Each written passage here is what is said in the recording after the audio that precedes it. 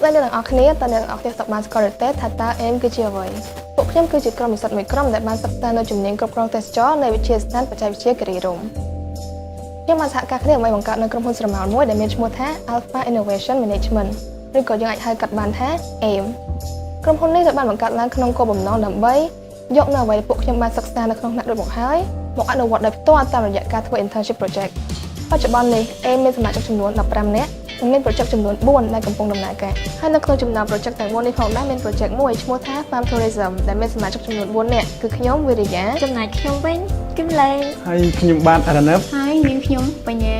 ហើយពួកយើងទាំងអស់គ្នាគឺជាសមាជិក project Farm Tourism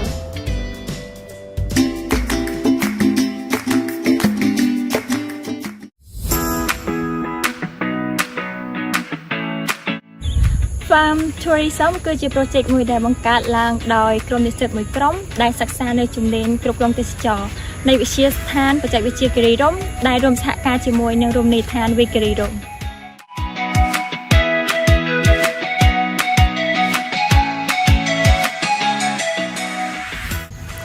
Project Farm Tourism ត្រូវបានបង្កើតឡើងក្នុងគោលបំណងដើម្បីជួយអភិវឌ្ឍតំបន់កសិកម្មសរីរាង្គនៅក្នុងរមណីយដ្ឋាន vKirirom របស់យើងដើម្បីឲ្យក្លាយទៅជាតំបន់អេកូទេសចរដែលអាចទាក់ទាញភ្ញៀវជាតិនិងអន្តរជាតិមកទស្សនាកម្សាន្តលើសពីនេះទៅទៀត project របស់យើងនឹងជួយដោះស្រាយបញ្ហាដែលកើតមាននៅក្នុងកសិដ្ឋានរបស់យើងដូចជាការធ្វើសេចក្តីរាយការណ៍ការងាររបស់បុគ្គលិកការធ្វើកាលវិភាគការដាំដុះការថែទាំដំណាំនិងសត្វនៅក្នុងកសិដ្ឋានរបស់យើងដើម្បីជួយសម្រួលការងាររបស់បុគ្គលិក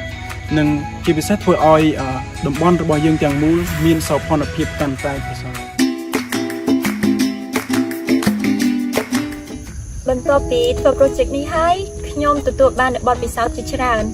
ទី1គឺខ្ញុំយល់ដឹងអំពីរបៀបនៃការគ្រប់គ្រងពេលវេលាទី2ភាពជាអ្នកដឹកនាំទី3ការប្រស័យទាក់ទងគ្នាចុះសម្រាប់រណាតើគិតយ៉ាងម៉េចដែរសម្រាប់ខ្ញុំការធ្វើ project នេះខ្ញុំបានរៀនជាច្រើនមែនទែនទាក់ទងជាមួយនឹងការដាំដំណាំធ្វើឲ្យខ្ញុំយល់ដឹងជាច្រើនការដាំដំណាំការចិញ្ចឹមសត្វអីចឹងណានៅក្នុងកសិដ្ឋានហើយជាពិសេសធ្វើឲ្យខ្ញុំយល់ដឹងជាច្រើនទៅតង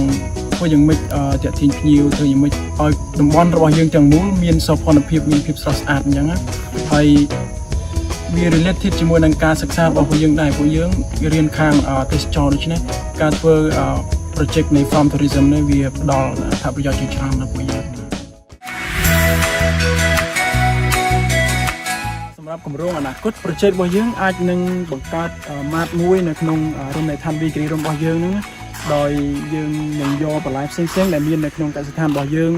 ទៅដាក់លក់ឲ្យភ្ញៀវដែលមកកម្សាន្តហើយគាត់អាចបានទិញបន្លែសរីរាង្គដែលមាននៅក្នុងម៉ាតរបស់យើងផងដែរ